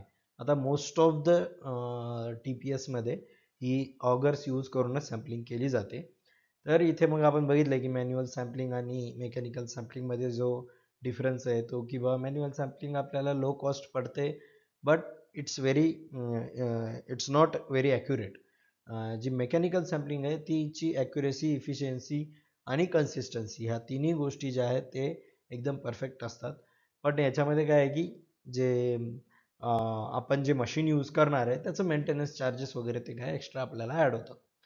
तर ह्याची आता मॅन्युअल मेथड यूज करायची की मेकॅनिकल मेथड यूज करायची, हे जे डिपेंडन्स आहे हे म्हणजे हे कशावर डिपेंड आहे की तुमचं सॅम्पल साईज काय आहे. एक छोटा सॅम्पल साईज असेल तर मॅन्युअल सॅम्पलिंग होऊ शकते, बट तुमच्याकडे जर मोठा साईज असेल आणि तुम्हाला रिसोर्सेस अवेलेबल असतील, जसं ऑगर सॅम्पल अवेलेबल असेल, तर नक्की तुम्ही ऑगर सॅम्पलनीच काय केली पाहिजे, सॅम्पलिंग केली पाहिजे. आता हे सॅम्पलिंग करणं म्हणजे काय की याला एक प्रोटोकॉल आहे, याला काही गाईडलाईन्स आहेत, ज्या गाईडलाईन्स आपल्याला काय करावं लागतात, फॉलो करावं लागतात. त्याच्याने काय होतं, इफेक्टिव्ह सॅम्पलिंग होतं. मग आता गाईडलाईन्समध्ये कसं आहे की जे इंडस्ट्री स्टँडर्ड्स आणि प्रॅक्टिसेस आहेत त्याच्यामध्ये कसं आहे, इंडियन स्टँडर्ड मेथड्स किंवा ASTM मेथड्स, याच्यामध्ये काही प्रोसिजर्स दिलेल्या आहेत, त्या फॉलो करूनच आपल्याला काय करावं लागतं, सॅम्पलिंग करावं लागते. आणि मग जी आपली त्या सॅम्पलची फ्रिक्वेन्सी आहे आणि लोकेशन आहे, हेही त्याच्यामध्ये आपल्याला काय केलेलं असतं, सांगितलेलं असतं की कुठल्या लोकेशनचं जे आहे प्रत्येक वॅगनमधून तुम्हाला सॅम्पल घेतलं पाहिजे. जसं आता त्यामध्ये जे आपल्याकडे सपोज 60 डबे आले एका रॅकमध्ये, आपण काय करतो, एक जे ट्रेन येते आपल्याकडे कोळशाची, त्याला एक रॅक म्हणतो. ठीक आहे, एका रेकची काय झालं आपल्याकडे म्हणजे कोळसा आला 4000 मेट्रिक टन, त्याच्यामध्ये सपोज एक 50 ते 60 डबे आहेत, आपण काय पकडूया 50 डबे आहेत पकडूया. तर काय आहे की IS नुसार किंवा STM नुसार त्याचं 30% ऑफ दॅट होल रेकचे जे वॅगन आहेत, जे डबे आहेत, त्याचं सॅम्पलिंग झालं पाहिजे. मग आता अशा केसमध्ये अराउंड 30% जर 60 डबे धरले तर एक 17 ते 18 वॅगन्स आपले काय झाले पाहिजे, सिलेक्ट झाले पाहिजे, ज्यातलं सॅम्पलिंग झालं पाहिजे. मग आता इथे हे रँडम नंबर टेबल म्हणजे काय, तर काय असतं बघा, जर सॅम्पल तुमच्याकडे येते आणि तुम्हाला ऑलरेडी माहिती आहे की या रॅकमधून किंवा पहिल्या 5 मधून किंवा पहिल्या 20 मधून सॅम्पल आपण घेतो, तर ते लोक काय करू शकतात, की तिथं सॅम्पल जे आहे चांगलं टाकू शकतात जिथून आपण सॅम्पल घेणार. ठीक आहे, पण मग जर त्यांना हे माहीतच नसेल की तुम्ही कोणत्या रॅकमधून घेताय, तर मग त्यावेळी काय होईल, त्यावेळी ते जे आहे म्हणजे त्यांना आयडिया नसणार आहे की कशामध्ये चांगलं सॅम्पल टाकायचं किंवा काय, तर ते नॉर्मली सगळीकडे सेम सॅम्पल भरू शकतात. म्हणून मग काय असतं की हा रँडम टेबल नंबर असतो. जर तुमच्याकडे 5 डबे येणार असतील एका रॅकमध्ये, तर तुम्हाला एक सॅम्पल घेतलं तरी चालेल. त्यानंतर 6 ते 9 डबे येणार असतील तर 2 रॅक घ्यायचे असतात. त्यानंतर 10 ते 13 घ्यायचे असतील तर मग त्याच्यामध्ये 3 रॅक, असं करत करत करत जर तुमच्याकडे 50 वॅगन्स, वॅगन्स म्हणजे काय, नंबर ऑफ बॉक्सेस जे येतात एका ट्रेनमध्ये, डबे त्याला म्हणतो. मग तुम्हाला अराउंड 13च्या आसपास जे आहेत वेगवेगळे वॅगनचे जे नंबर आहेत त्याच्या हिशोबाने काय करावं लागेल तुम्हाला, तिथे जे सॅम्पलिंग आहे ते करावं लागेल. म्हणजे काय, जर 50 डबे आले तर पहिला रॅक 3 मधनं घ्यायचा, मग चौथ्या वॅगनमधनं, मग मध्येच 10व्यामध्ये, 14व्यामधनं, हा एक रँडम टेबल झाला. आज पहिले हा रँडम टेबल असा डिफाईंड असायचा. आता काय होतं की जेव्हा रॅकचं सॅम्पल येतं तेव्हा तिथे काय केलेलं असतं की जे जी रेग्युलर प्रॅक्टिस आहे त्याच्यामध्ये सांगतोय की 10%च सॅम्पलिंग, म्हणजे 10% जे टोटल रॅकमधले आहेत त्याचं सॅम्पलिंग केलं जातं. म्हणजे काय, 60 जर रॅक आले, हे वॅगन आले, तर 6 जे हे आहेत त्यामधले वॅगन आहेत त्याचं सॅम्पलिंग केलं जातं. पण त्यातही कसं असतं की हे सगळी सिस्टम आता ऑनलाईन झालेली आहे. त्याच्यामध्ये तुमचा रॅक आलेला तुम्हाला दिसतो आणि एक रँडम टेबल जनरेट होतो प्रत्येक रॅकच्या वेळेस. तो रँडम टेबल तुमचा रॅक तुमच्या TPS मध्ये म्हणजे थर्मल पॉवर स्टेशनमध्ये आल्यानंतरच जनरेट होतो. आणि मग काय होतं की जे 6 रॅक तुम्हाला रँडम टेबलनी त्यावेळेस जनरेट झालेत, त्या 6 रॅकमधलं जाऊन तुम्ही सॅम्पल काय करायचं, ऑगरनी सॅम्पल घ्यायचं. आणि मग ते सॅम्पल कसं कसं घ्यायचं आणि कसं डिस्ट्रीब्यूट करायचं त्याच्या गाईडलाईन्समध्ये आपण आता बघूया की सॅम्पलिंग प्रोसिजर ॲक्च्युली असते काय. तर सगळ्यात पहिली गोष्ट काय होणार, जसं मी आता बोललो रँडम टेबलबद्दल, की आपलं जे वॅगन्सचं सिलेक्शन होणार. ठीक आहे, मग ते सिलेक्शन कसं असेल, रँडम सिलेक्शन ऑफ वॅगन्स. आता हे 30% हिशोबाने कॅल्क्युलेशन आहे, जे स्टँडर्ड प्रोसिजर आहे, की जर तुमच्याकडे 60 रॅक येणार असतील तर 18 वॅगन्स काय झाले पाहिजे, सिलेक्ट झाले पाहिजे. आणि मग तेही कसे झाले पाहिजे, एक जो रँडम नंबर टेबल मी सांगितला होता त्या हिशोबाने. आता ते काय होतं, तुम्हाला ऑनलाईन डायरेक्ट ते रँडम टेबलचे नंबर जे आहेत तुमचा रॅक तुमच्या TPS मध्ये आल्यानंतर जनरेट होतो आणि त्यातले जाऊन तुम्ही कलेक्ट करायचे असतात. तो टेबल आपल्याला अगोदर माहीत नसतो. याच्या अगोदर असं व्हायचं, जेव्हा मॅन्युअली हा टेबल जनरेट करायचे तर तो टेबल अगोदरच माहीत व्हायचा, त्यामुळे कुठं ना कुठं ते सॅम्पलिंग प्रॉपर न होणं किंवा त्याच्यामध्ये तो रँडम टेबल जो तयार झाला आहे तो लीक होणं याचे चान्सेस होते. आता असं नाही, रॅकचं सॅम्पल जे आहे तुमचा रॅक तुमच्या TPS मध्ये आल्यानंतरच काय होतं, जनरेट होतं. मग आता डिस्ट्रीब्युशन ऑफ इन्क्रीमेंट्स म्हणजे काय की आपण प्रत्येक याच्यामध्ये आता हे 15 इन्क्रीमेंट्स असे म्हणजे 15 असे वेगवेगळे आपण काय करणार इन्क्रीमेंट एका याच्यामध्ये जर डिस्ट्रीब्यूट केले तर मग आपण काय करणार इथे बघा की जाऊन जे सॅम्पल आहे ते प्रत्येक डब्यामधून अराउंड 5 kg वेगवेगळ्या प्लेसेसमधून घ्यायचं आपल्याला. ठीक आहे, इच इन्क्रीमेंट इज 5 kg आणि असं 75 kg पर्यंतचं सॅम्पल जे आहे आपण ते एका बॉक्समधनं काढणार आहे. ठीक आहे, म्हणजे काय असे 6 सब लॉट्स असतील. ठीक आहे, मग आता असे 75 kgचे आपल्याला काय करावं लागणार आहेत वेगवेगळे 6 लॉट्स घ्यावं लागणार आहेत. त्यानंतर काय करायचं मग हे जे सॅम्पल कलेक्शन आहे. ठीक आहे, आता इथे जर तुम्ही बघसाल तर जर हा वॅगन सिलेक्ट करणार असाल तर याच्या राईट कॉर्नरमधून जर तुम्ही घेतलं तर नेक्स्ट त्याचं जे सॅम्पल घ्यायचं असेल ते काय करायचं सेंटरमधून घ्यायचं आणि नंतर हे डायगोनली नेक्स्ट वॅगनमध्ये काय होईल पुढच्या लेफ्ट कॉर्नरमधून घेता येईल.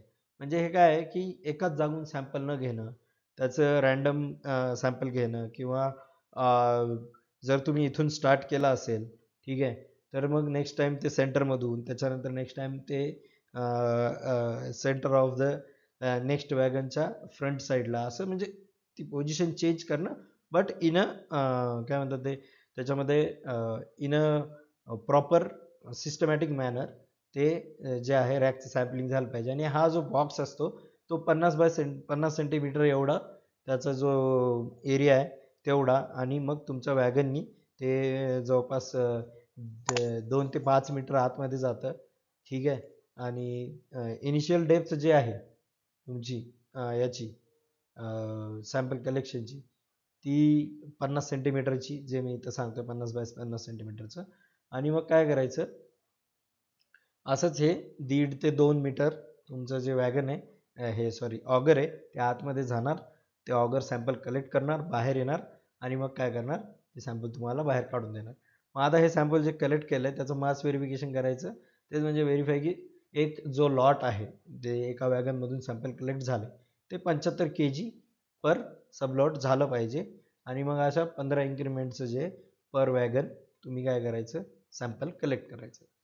तर मग याच्यामध्ये काय आता 2-3च गोष्टी महत्त्वाच्या आहेत. एक की प्रत्येक इन्क्रीमेंट ही अशी 5-5 kgची असले पाहिजे. अशा 15 इन्क्रीमेंट घ्यायचा म्हणजे काय होणार 75 kg काय होणार तुमचं सॅम्पल जे आहे एका वॅगनमधून एका डब्यामधून कलेक्ट होईल. ठीक आहे, असे तुम्हाला किती 18 वॅगन्स सिलेक्ट करायचे आणि त्याच्यातून सॅम्पल काढायचे. ही झाली एक स्टँडर्ड मेथड जी डिफाईन आहे ASTM आणि IS स्टँडर्डमध्ये. ठीक आहे, पण आता युजली काय होतं की जे थर्मल पॉवर स्टेशन आहेत त्याच्यामध्ये 10% सॅम्पलिंग जे आहे इंडियामध्ये ॲक्सेप्ट केली जाते. म्हणजे असे 75-75चे काय करायचे 6 वॅगन ठीक आहे त्याच्यामधून सॅम्पल कलेक्ट करतात. म्हणजे अराउंड 600 kg आपण काय करतो एका रॅकचं सॅम्पल जे कलेक्ट करतो. आता हे 600 kg आपण सॅम्पल कलेक्ट केल्यानंतर मग त्याचं पुढं कसं कसं त्याला हे करतो काय म्हणतात ते त्याला डिस्ट्रीब्यूट करतो आणि त्याचं पल्वरायझेशन करतो हे आपण नेक्स्ट स्लाइडमध्ये बघणार. ओके, तर आपण आता काय केलं आहे की जे मेजर पार्ट आहे सॅम्पल कलेक्शन करण्याचा तो केला आहे आणि आता आपण ते सॅम्पल काय केलं कॅरी करून आपल्याकडे कोल सॅम्पल प्रिपरेशन जी लॅब आहे तिथे घेऊन आलो. तर काय करणार सगळ्यात पहिले सॅम्पल कलेक्शन आणि इनिशियल प्रोसेस. मग ग्रॉस सॅम्पल प्रिपरेशन ते कसं करायचं त्यामध्ये जी मेथड किंवा जी प्रोसिजर यूज केली जाते ती आहे पोरिंग अँड सीविंग. तर सगळं सॅम्पल जे आहे ते तुमचं मग रेक वाईज असेल किंवा माइन वाईज असेल ते काय करायचं एका क्लीन मेटल सरफेसवर टाकायचं. त्याच्यामध्ये मग काय करायचं की सीव्ज म्हणजे काय चाळणी. सीव्ज एक प्रकारची चाळणी असते त्यात 50 mm सीव्ज ज्याला म्हणतो. त्यामधून मग काय होतं जो 50 mm पेक्षा मोठा कोळसा आहे तो काय होणार सीव्हच्या वर राहणार आणि बाकीचा जो कोळसा आहे तो काय होणार खाली येऊन जाणार. मग जो 50 mm आणि त्याच्यापेक्षा छोटा जो कोळसा आहे that is less than 5 centimetre तो काय केला सीव्हमधून खाली आला आणि वर 50 mm पेक्षा मोठा राहिला. जो मोठा कोळसा राहिलेला आहे त्याला काय करायचे बाय मेकॅनिकल और मॅन्युअल मेथडनी त्याला काय करायचं क्रशिंग करायचं. तर त्याला primary crushing up to 50 mm म्हणू शकतो. जे असं मग काय करतात टूथ रोल क्रशर यूज केलं जातं. त्याच्यामध्ये काय करतात की ते सॅम्पल 50 mm चं टाकून त्याला, म्हणजे 50 mm पेक्षा मोठावाला जे सॅम्पल आहे ते टाकून त्याला काय केलं जातं, बारीक केलं जातं. तर हे सॅम्पल आहे जे आपलं आता 50 mm म्हणजेच काय, त्याच्यामध्ये less than 50 mm and more than 50 mm असं असेल. तर ते लेस दॅन 50 mm म्हणजे 5 सेंटीमीटर या इमेजमध्ये तुम्ही बघू शकता, आणि मोर दॅन किंवा त्याच्यापेक्षा जास्त मोठं म्हणजे अप्रॉक्सिमेटली 5 सेंटीमीटर या लेवलचं. मग आता हे सगळं काय केलं, हे जे सॅम्पल आहे ते क्रश केलं. आता सगळ्यात पहिलं म्हणजे इथं कोनिंग आणि क्वार्टरिंग मेथड म्हणजे काय, की याच्यामध्ये असे याचे 4 हिस्से करायचे. त्याला एक साचा दिलेला असतो, त्यांनी ते 4 हिस्से ठेवलेल्या सॅम्पलचे होणार. आणि त्यामधलं काय, मग इथं जसं लिहिले 2 and 4 जे आहे नंबर 2 and 4, आणि इकडचा पण 2 and 4, हे दोन्ही काय केले आपण रिजेक्ट केले. मग हे जे दोन पार्ट आहेत तुमच्या होल सॅम्पलमधले 1 and 3 ते खाली घेतले, आणि पुन्हा त्याला काय केलं, पुन्हा आपण त्याला काय केलं, क्वार्टर कोनिंग केली. म्हणजे काय, याला 4 क्वार्टर्समध्ये डिवाइड केलं, ठीक आहे, आणि मग त्यातला 2 आणि 4 जो आहे तो यावेळेस रिटेन केला आहे, ठीक आहे, आणि त्याला केअरफुली मिक्स केलं. आता हे जे पोर्शन रिटेन केलेलं आहे, जसं इथं 1 and 3 रिटेन केला होता, इथं 2 and 4 रिटेन केला आपण. तर तो जो पोर्शन आहे म्हणजे 1 and 3 जो रिटेन केला तर त्याचेही 4 भाग करून 2 and 4 आता रिटेन केला. आता त्याला काय करायचं, त्याला आपण टाकायचं 12.5 mm जॉ क्रशरमध्ये. मग जसा इथं क्रशर आहे तसंच तेही क्रशर असतं, त्याच्यामध्ये टाकलं की मग ते काय होणार, पुन्हा इथे येणार 1 2 3 4 अशी त्याची क्वार्टर कोनिंग केली. आणि याला मग काय करणार, कंटिन्युअसली आपण काय करणार, रिड्यूस करत राहणार. आणि कसं करत राहणार, त्याच्यामध्ये 2 भाग जे आहेत कोणतेही ते रिजेक्ट केले जातील, आणि 2 भाग जे आहेत कोणतेही ते रिटेन केले जातील. म्हणजे 1 and 3 जर तुमचं रिटेन केलं तर 2 and 4 रिजेक्ट होईल. असं कधीपर्यंत करत राहायचं, जे तुम्ही सॅम्पल आणलं आहे, जे 3 हिश्श्यामध्ये डिवाईड केलेलं आहे, ठीक आहे, जे सॅम्पल तुम्ही आणलेले त्याला तुम्ही जोपर्यंत 2 kg पर्यंत नाही पोहोचत तोपर्यंत. मग हे 2 kg पोहोचल्यानंतर 212 मायक्रॉनची तुमच्याकडे जाळी असते, सीव असते. त्या सीवमधून त्याला तुम्ही जेव्हा चाळताल तेव्हा तुम्हाला काय कराल, फायनल जे वेट घ्यायचं आहे ते 1.5 kg पर्यंतचं सॅम्पल प्रिपेअर करायचं, ठीक आहे. याच्यामध्ये अजून तुम्ही काय करू शकता की सेकंड, आता हे कसं आहे, या जे आहेत ते ISच्या मेथड आहेत, ठीक आहे, इंटरनॅशनल स्टँडर्ड. त्याच्यामध्ये हे ASTM पॅन आहेत अमेरिकन स्टँडर्डवाल्या. आपण इथे सध्या इंटरनॅशनल स्टँडर्ड आपल्याला काय सांगते त्या हिशोबानेच करतोय. तर अजून आपलं ते मोर दॅन 5 सेंटीमीटर साईजवाला आहे, त्याला आपण काय केलं, मेकॅनिकली त्याला बारीक केलं, आणि त्याच्यामध्ये 2 and 4 पुन्हा रिजेक्ट करून 12.5 मायक्रॉन जॉ क्रशरमधून टाकून इथे आणलं, आणि पुन्हा त्याला काय केलं, 2 kg पर्यंत होईपर्यंत रिड्यूस काय करत राहिलो, त्याला रिड्यूस करत राहिलो, आणि जेव्हा ते 2 kg आलं सॅम्पल, त्याला 212 मधून काढून डायरेक्ट इथे आणलं. तशीच प्रोसिजर आपण जे सॅम्पलची साईज मोर दॅन 5 असते त्याला पण करत 2 kg आणि 1.5 kg पर्यंत आपल्याला यावं लागतं. मग आता इथे तुम्ही बघा की जे सीवमधून गेलेलं आहे सॅम्पल, ठीक आहे, 12.5 micron sieve to prepare total moisture sample. हे जे 12.5 मधून सॅम्पल गेलेलं असतं ते आपल्याला पुढे जाऊन टोटल मॉइश्चर काढण्यासाठी यूज केलं जातं, ठीक आहे. ते तसंच जर तुम्ही ASTMच्या मेथडनी बघाल तर 4.5 मायक्रॉनमध्ये. पण आपण ASTM बद्दल सध्या बोलू नये, आपण IS बद्दलच बोलूया, की जे 12.5 mm सीवमधून जातं त्यानंतर ते सॅम्पल तुम्ही काय करू शकता, टोटल मॉइश्चरसाठी वापरू शकता. आता त्यानंतर काय पुढं, की त्याचं फर्दर साईज रिडक्शन आहे, ठीक आहे. हे काय केलं जातं, 3.35 mm क्रशरमधून काढलं जातं, आणि त्याचे क्वार्टरिंग आणि कोनिंग हे दोन्ही करून काय केलं जातं, त्याला रिड्यूस केलं जातं 2 to 3 kg पर्यंत. मग पुढं काय, की हे जर सॅम्पल जे तयार केले ते जर वेट असेल तर त्याला एअर ड्राय करता येणार, कारण की केलं पाहिजे, आणि ते खूप वेट असेल तर त्याच्यामध्ये खूप जास्त काय होतं, मॉइश्चर आपल्याला दिसेल. मग फायनली जेव्हा हे तुम्ही 212 मायक्रॉनमधून घालता त्याला पल्वरायझेशन म्हणतात. हे काय, 212 मायक्रॉन म्हणजे एकदम फाईन साईज ऑफ तुमच्या कोल आहे, ठीक आहे, ती तुम्हाला पल्वरायझ केल्यानंतर भेटते. तर 212 मायक्रॉनमधून गेलं तर त्याला IS मेथडनी यूज केलं म्हणतो आपण. 250 मायक्रॉन आलं असेल तर ते ASTM मेथड. एकच चाळणी असते, फक्त त्याला वेगवेगळे काय नावं दिलेले असतात, ठीक आहे. तर मग हे आपलं जे फायनल सॅम्पल रिप्रेझेंटेटिव्ह सॅम्पल भेटतंय 1.5 kg, ठीक आहे, असे 212 मायक्रॉनमधून मधून गेलेले आपल्याला काय करायचे असे इथं 3 पार्ट्स दाखवलेत. असे आता सध्या 4 पार्ट्स बनवतात. 4 सॅम्पल्स बनवतो आपण जे वेगवेगळ्या जागी जातात. कुठं कुठं जातात? एक जातं आपल्या लॅबमध्ये चेक करण्यासाठी, 2 जातात रेफरी पार्टमध्ये चेक करण्यासाठी आणि एक चेकिंग जी आहे ती बाहेर होते. हे रेफरी पार्टवाले सॅम्पल म्हणजे काय की पुढे जाऊन जर डिस्प्यूट आला की माझे जे ॲनालिसिस आहेत आणि जे ॲनालिसिस आपली थर्ड पार्टी एखादी जर कोणी करून देत असेल आपल्याला ॲनालिसिस किंवा तुम्ही ती ॲनालिसिस व्यवस्थित केली की नाही बघण्यासाठी, त्या दोघांमध्ये जर डिस्प्यूट आला तर हे रेफरीवालं जे सॅम्पल आहे ते आपल्या इथं महाजन कोचं जे कोल ऑफिस आहे ते काय करतं, ते यूज करतं आणि ते काय करतात की ते सॅम्पल पुन्हा एकदा चेक करतात. ह्यासाठी त्यांना बघायचं असतं तुमचे रिझल्ट्स व्यवस्थित आहेत की. तर ही जी आहे reduction of gross sample he IS method आहे. त्याच्यामध्ये कोनिंग अँड क्वार्टरिंग करत करत आपण काय करतो फायनली 1.5 kg पर्यंत सॅम्पलपर्यंत पोहोचतो फ्रॉम आपल्याला 600 kg. ठीक आहे. मग ते रिप्रेझेंटेटिव्ह सॅम्पल बनतं आणि त्याला आपण ॲनालिसिससाठी वापरतो. आता याच्यामध्ये हे जे आहे बघा, तुम्हाला मॉइश्चरचं सॅम्पल काढायचं आहे तर मग हे जेव्हा तुमचं 12.5 mm क्रशरमधून जातं तर इथे डायरेक्ट तुम्हाला काय भेटतं, मॉइश्चरचं सॅम्पल कलेक्ट झालेलं भेटतं ज्याचं तुम्ही टोटल मॉइश्चर काढण्यासाठी यूज करू शकता. आणि हे फायनली मग इथं पल्वरायझिंग सॅम्पलवाला जे आहे 212 मायक्रॉन त्याचं असं पल्वरायझिंग मशीन असते की तिथे त्याच्यामध्ये सॅम्पल टाकले ते एकदम त्याला फाईन पार्टिकलमध्ये काय करते, त्याला कन्वर्ट करते आणि हेच फाईन पार्टिकल जे आहेत ते आपण फर्दर ॲनालिसिससाठी यूज करतो, ज्याच्यामध्ये आपण त्याचं पर्सेंट ऑफ मॉइश्चर त्याच्यामध्ये किती आहे, त्याच्यात पर्सेंट ऑफ व्होलेटाईल मॅटर किती आहे, ॲश पर्सेंट किती आहे, ग्रॉस कॅलोरिफिक व्हॅल्यू किती आहे, या सगळ्या गोष्टी काढतो. आणि TMसाठी आपण बघितलं की आपण अगोदरच डिस्कस केले 12.5 मायक्रॉनमधून जे सॅम्पल येतं ते आपण TMसाठी वापरत असतो. तर या पद्धतीने ही जी आहे कोल सॅम्पलिंग आणि प्रिपरेशनच्या प्रॉपर मेथड आहेत हे तुम्हाला मी शॉर्ट नोट्समध्ये इथं दिलंच आहे आणि त्या पद्धतीनंच फॉलो करून मी इथं तुम्हाला सांगितलेलं आहे.